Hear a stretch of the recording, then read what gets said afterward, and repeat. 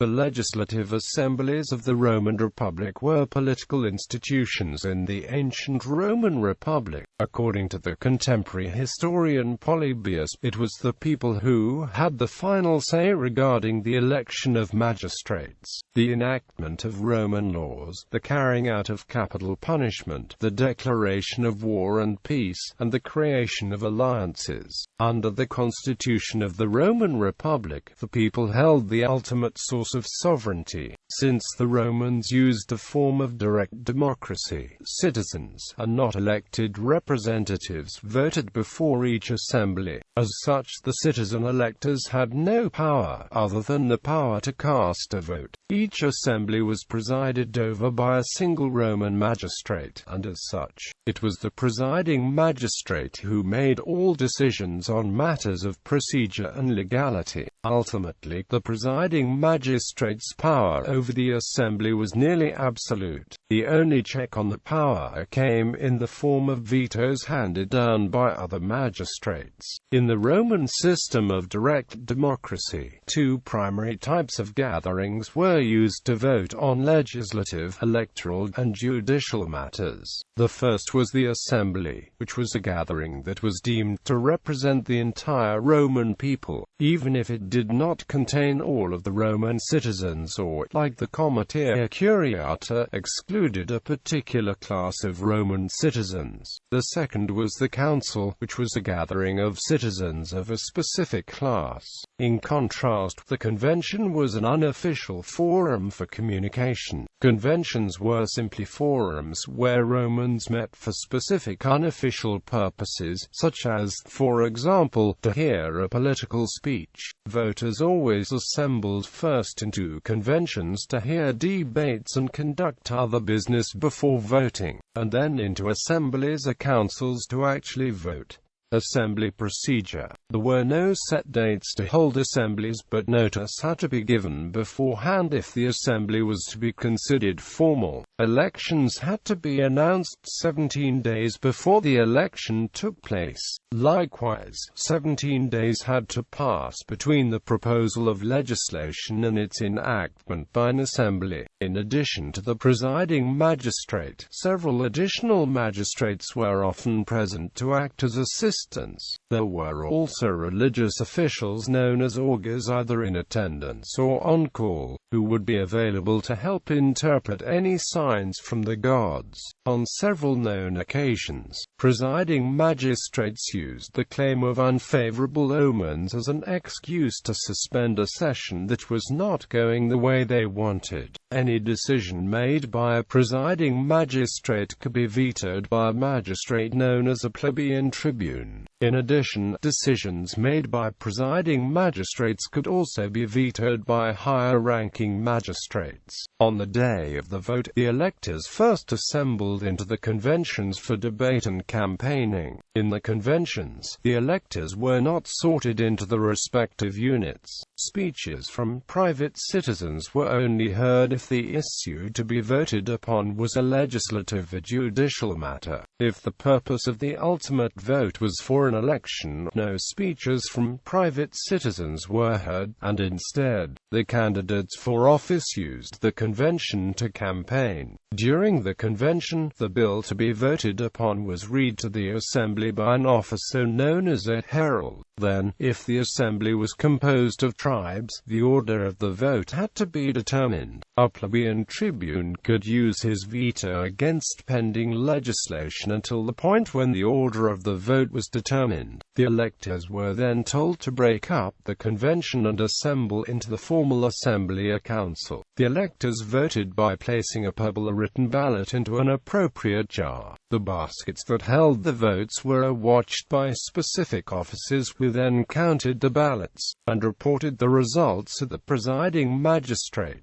The majority of votes in any curia, tribe, or century decided how that curia, tribe, or century voted. Each curia, tribe, or century received one vote regardless of how many electors each tribe or century held. Once a majority of Curie tribes or centuries voted in the same way on a given measure, the voting ended, and the matter was decided. If a law was passed in violation of proper procedures, the Senate could declare the law non-binding. Assembly of the Curie. The Curiate Assembly was the principal assembly during the first 2 decades of the Roman Republic. The Curiate Assembly was organized as an assembly, and not as a council, even though only patricians were members.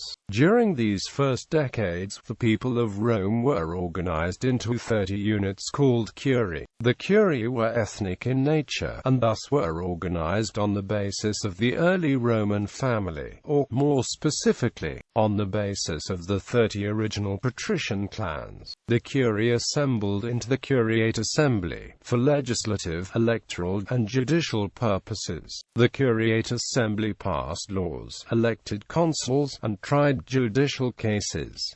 Consuls always presided over the assembly. Shortly after the founding of the Republic, most of the powers of the Curiate Assembly were transferred to the Centuriate Assembly and the Tribal Assembly. While it then fell into disuse, it did retain some theoretical powers. Most importantly, the power to ratify elections of the top-ranking Roman magistrates by passing the statute that gave them the legal command authority, the Lex Curiata de Imperio. In practice, however, they actually received this authority from the Centuriate Assembly, and as such, this functioned as nothing more than a reminder of Rome's regal heritage. Other acts that the Curiate Assembly voted on were mostly symbolic and usually in the affirmative. At one point, possibly as early as 218 BC, the Curiate Assembly's 30 curia were abolished, and replaced with 30 lictors, one from each of the original patrician clans. Since the curia had always been organized on the basis of the Roman family, the Curiate Assembly actually retained jurisdiction over clan matters even after the fall of the Roman Republic in 27 BC. Under the presidency of the Pontifex Maximus,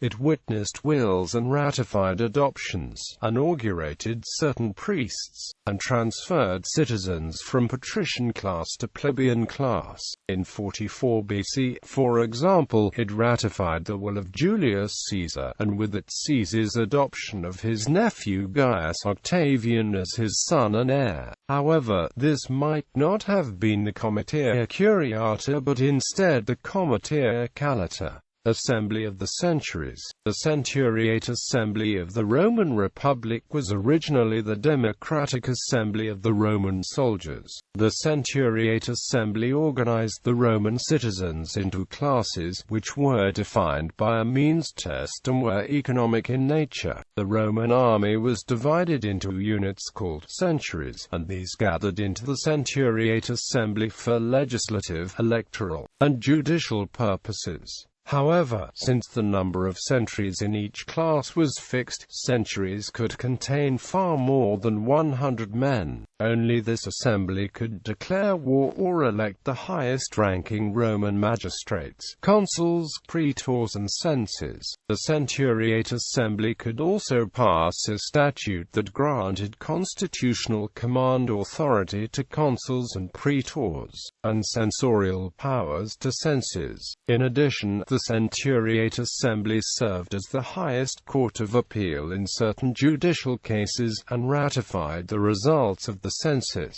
While the voters in this assembly wore white undecorated togas and were unarmed, while taking part in the assembly they were classified as soldiers, and as such they could not meet inside of the physical boundary of the city of Rome.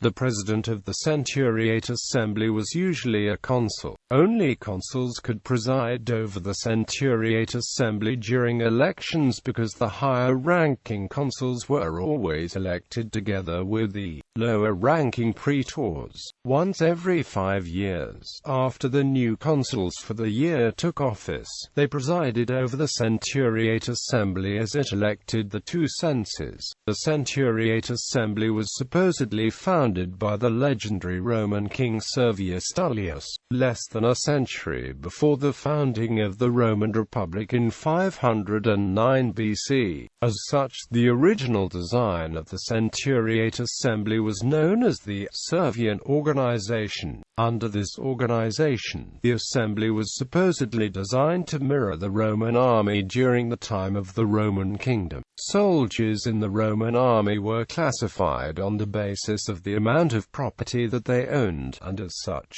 soldiers with more property had more influence than soldiers with less property. The 193 sentries in the assembly under the Servian organization were each divided into one of three different grades: the officer class, the enlisted class, and a class of unarmed adjuncts.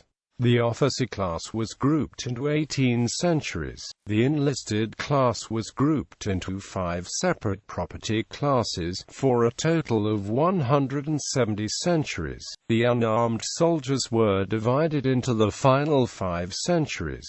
Of 5 enlisted classes, the wealthiest controlled 80 of the votes. During a vote, all of the centuries of one class had to vote before the centuries of the next lower class could vote. The first candidate to reach a majority of 97 votes was victorious. When a candidate received 97 votes, a majority of the centuries, the voting ended, and as such, many lower-ranking centuries rarely if ever had a chance to actually vote. Combined, the 18 equites and the 80 centuries of the first property class had one more century than needed, and a unanimous vote from the elite would thus elect a candidate. In 241 BC, the assembly was reorganized, though the exact details are uncertain. Some sources have a new total of 373 centuries, but Cicero still writes of 193 centuries in his era, and most scholars still use that number. It known that the first property class was reduced from 80 to 70 centuries, and the order of voting was changed so that the first class would go first, and be followed by the equites. The lowest ranking century in the Centuriate Assembly was the 5th century of the unarmed adjunct class. This century was the only century composed of soldiers who had no property, and since it was always the last century to vote, it never had any real influence on elections. In 107 BC, in response to high unemployment and a severe manpower shortage in the army, the general and consul Gaius Marius reformed the organization of the army, and allowed individuals with no property to enlist. As a consequence of these reforms, this 5th unarmed century came to encompass almost the entire Roman army. This mass disenfranchisement of most of the soldiers in the army played an important role in the chaos that led to the fall of the Roman Republic in 27 BC. During his dictatorship from 82 BC until 80 BC, Lucius Cornelius Sulla restored the old Servian organization to this assembly. Sulla died in 78 BC, and in 70 BC, the consuls Pompey Magnus and Marcus Licinius Crassus repealed Sulla's constitutional reforms, including his restoration of the Servian organization to this assembly. Thus, they restored the newer organization that had originated in 241 BC. The organization of the Centuriate Assembly was not changed again until its powers were all transferred to the Roman Senate by the first Roman Emperor, Augustus, after the fall of the Roman Republic in 27 BC. Assembly of the Tribes. The tribal assembly of the Roman Republic was the democratic assembly of Roman citizens. The tribal assembly was organized as an assembly, and not as a council. During the years of the Roman Republic, citizens were organized on the basis of 35 tribes which included patricians and plebeians. The tribes gathered into the tribal assembly for legislative, electoral, and judicial purposes. The president of the tribal assembly was usually either a consul or a praetor. The tribal assembly elected 3 different magistrates: quaestors, curule aediles, and military tribunes. The tribal assembly also had the power to try judicial cases. The 35 tribes were not ethnic or kinship groups, but rather a generic division into which Roman citizens were distributed. When the tribes were created, the divisions were geographical, similar to modern parliamentary constituencies. However, since one joined the same tribe that one's father belonged to, the geographical distinctions were eventually lost. The order that the 35 tribes voted in was selected randomly by lot. The order was not chosen at once, and after each tribe had voted, a lot was used to determine which tribe should vote next. The first tribe selected was usually the most important tribe, because it often decided the matter. It was believed that the order of the lot was chosen by the gods, and thus, that the position held by the early voting tribes was the position of the gods.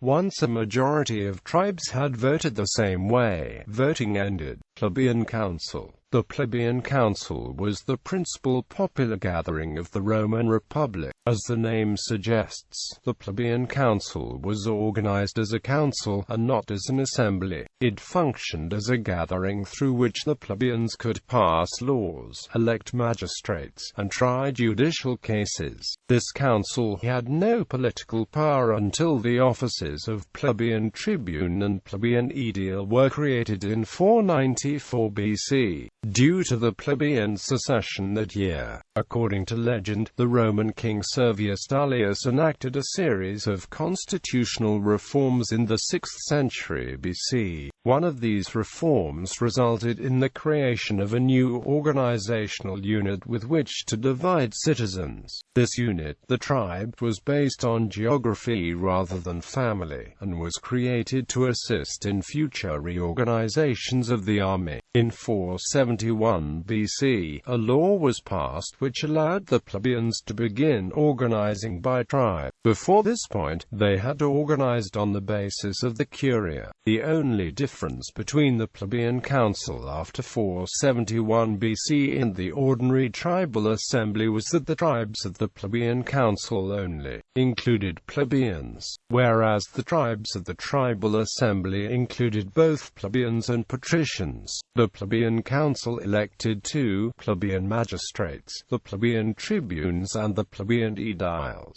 Usually the plebeian tribune presided over the assembly, although the plebeian aedile sometimes did as well. Originally, statutes passed by the plebeian council only applied to plebeians. However, in 449 BC, a statute of an assembly was passed which gave plebiscites the full force of law over all Romans. It was not until 287 BC, however, that the last mechanism which allowed the Roman Senate to veto acts of the plebeian council was revoked. After this point, almost all domestic legislation came out of the plebeian council.